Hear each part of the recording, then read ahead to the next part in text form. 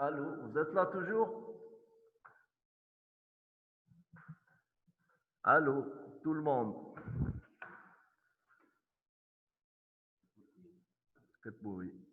Où est-ce qu'on est arrivé? On est arrivé à la clinique. Voilà, on reprend.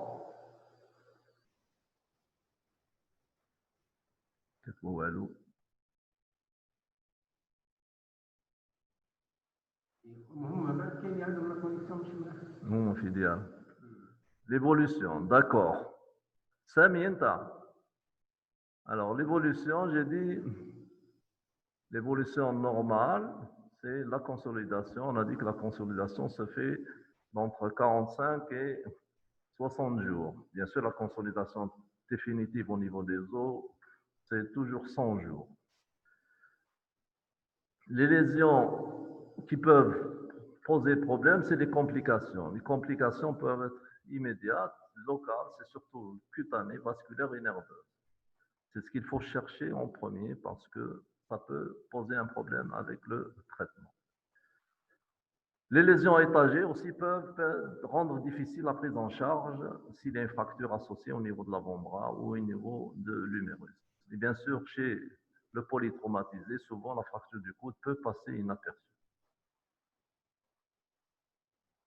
Dans l'évolution, les complications évolutives, c'est-à-dire post-thérapeutiques, soit suite au traitement orthopédique, vous pouvez avoir une compression nerveuse, une paralysie due au plâtre, ou chirurgicale, lorsque vous manipulez surtout le nerf ulnaire au niveau du coude, vous pouvez avoir une paralysie ulnaire.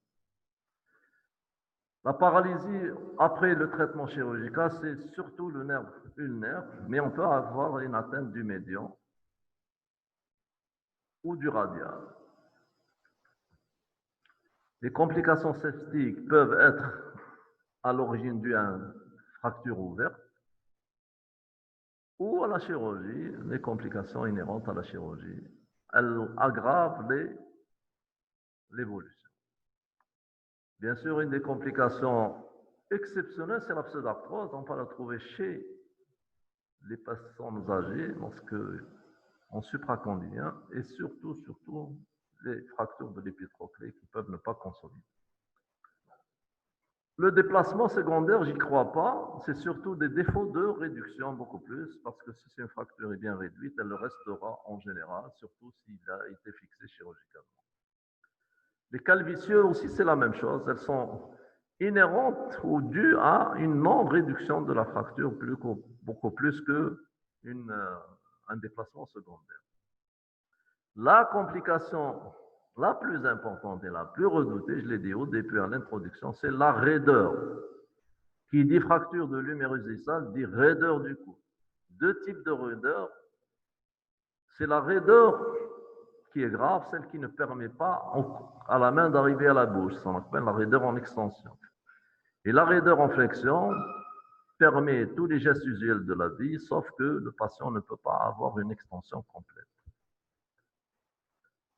Elle peut être due à plusieurs facteurs. Dans les fractures suci-intercondylaires, donc il y a une atteinte articulaire. Dans les fractures du capitellum et de l'épitroclé aussi, c'est une fracture purement articulaire qui peut entraîner une raideur. L'ouverture du foyer, inhérente au traumatisme ou chirurgical, peut être une cause de raideur. Les modalités du traitement de la raideur, c'est la rééducation essentiellement. Ça peut durer longtemps, mais souvent, les dégâts sont tellement importants qu'aucune possibilité de correction. L'ankylose, c'est le maximum de raideur, c'est-à-dire que le coude ne bouge plus. Elle peut être due à de la fibrose, tout simplement.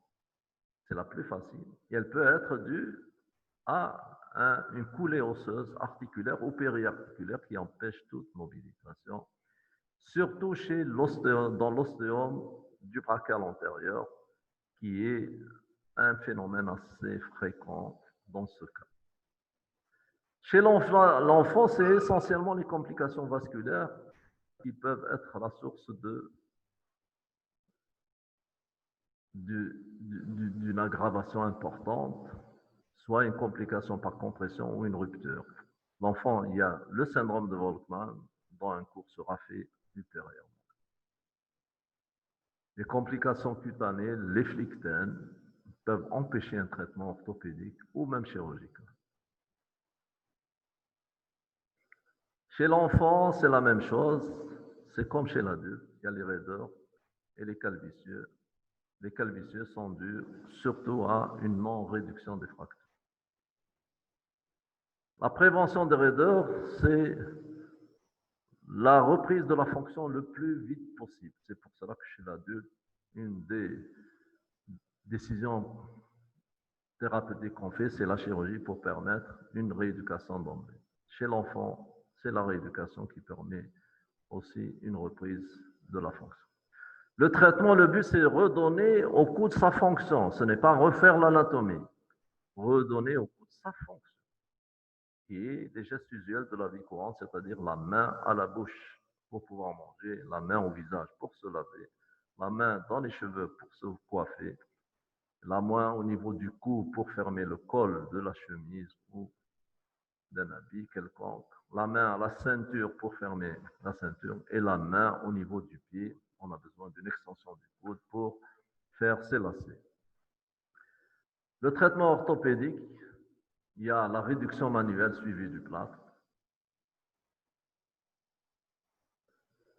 Il y a la traction transolécrânienne qui ne se fait plus, mais il se faisait jusqu'aux début des années 80.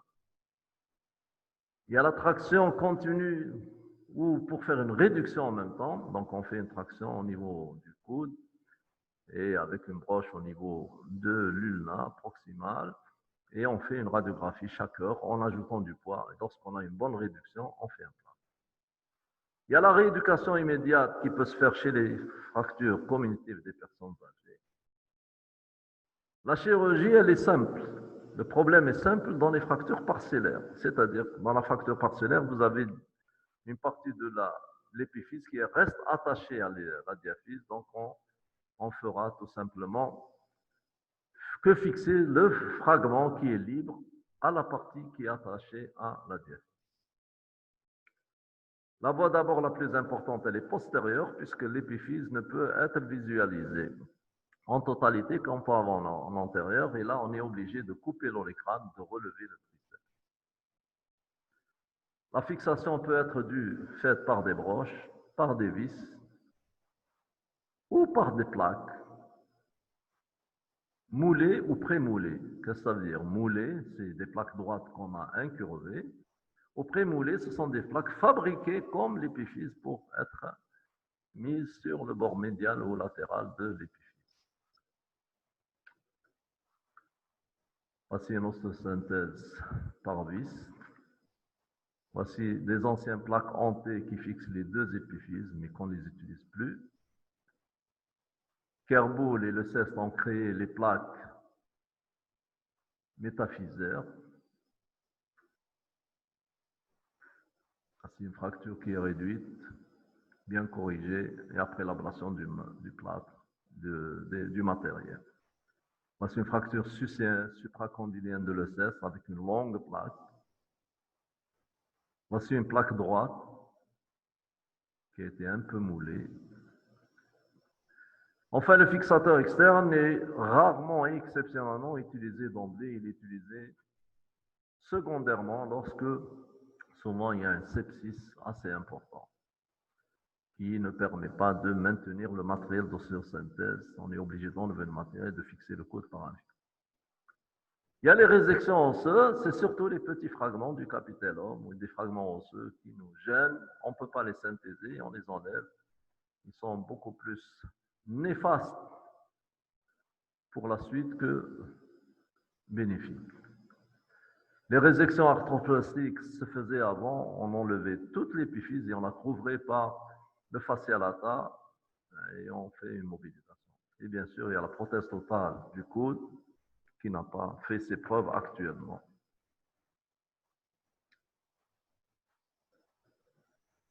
La rééducation est obligatoire, quel que soit le traitement, mais elle est longue.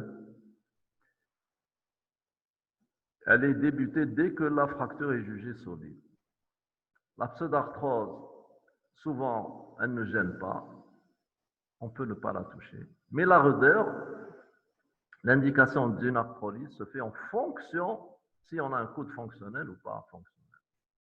Ici, c'est une fracture négligée du condyle qui a bénéficié d'une synthèse. C'est une fracture facile. Alors, les indications thérapeutiques. Les fractures non déplacées font souvent l'objet d'une immobilisation plâtrée, tout simplement. Les fractures complexes du vieillard peuvent bénéficier d'un traitement orthopédique. Les autres fractures parcellaires ou non peuvent justifier d'une synthèse. L'enfant bénéficie d'un traitement orthopédique ou chirurgical, mais chez l'enfant, on ne peut utiliser que du matériel simple qui sont des broches. Et on utilise essentiellement la scopie et ce qu'on appelle l'embrochage percutané sans ouvrir le foyer. Voici une palette humérale qui a été fracturée et qui a été réduite fixée par deux broches. L'ablation du matériel, il y a un cal osseux qui se fait. Je vous remercie. Est-ce qu'il y a des questions? Est-ce qu'il y a quelqu'un qui m'écoute? Samy, est-ce qu'il y a une question?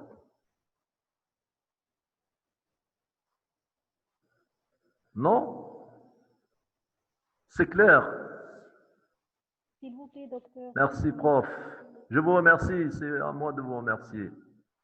Si vous voulez, on reprendra ailleurs, comme vous voulez. Je suis prêt à venir, à vous rencontrer dans mon bureau, par petits groupes, et on refera le cours ensemble. Chaque matin, je suis au service. Mon numéro 00 06 61 32 12 65. Vous m'envoyez un petit message, je peux vous répéter. Il y a suffisamment d'espace au bureau pour prendre 5 à 6 étudiants en même temps le matin. Allez, bon après-midi. Salam alaikum. Merci, au revoir. Au revoir.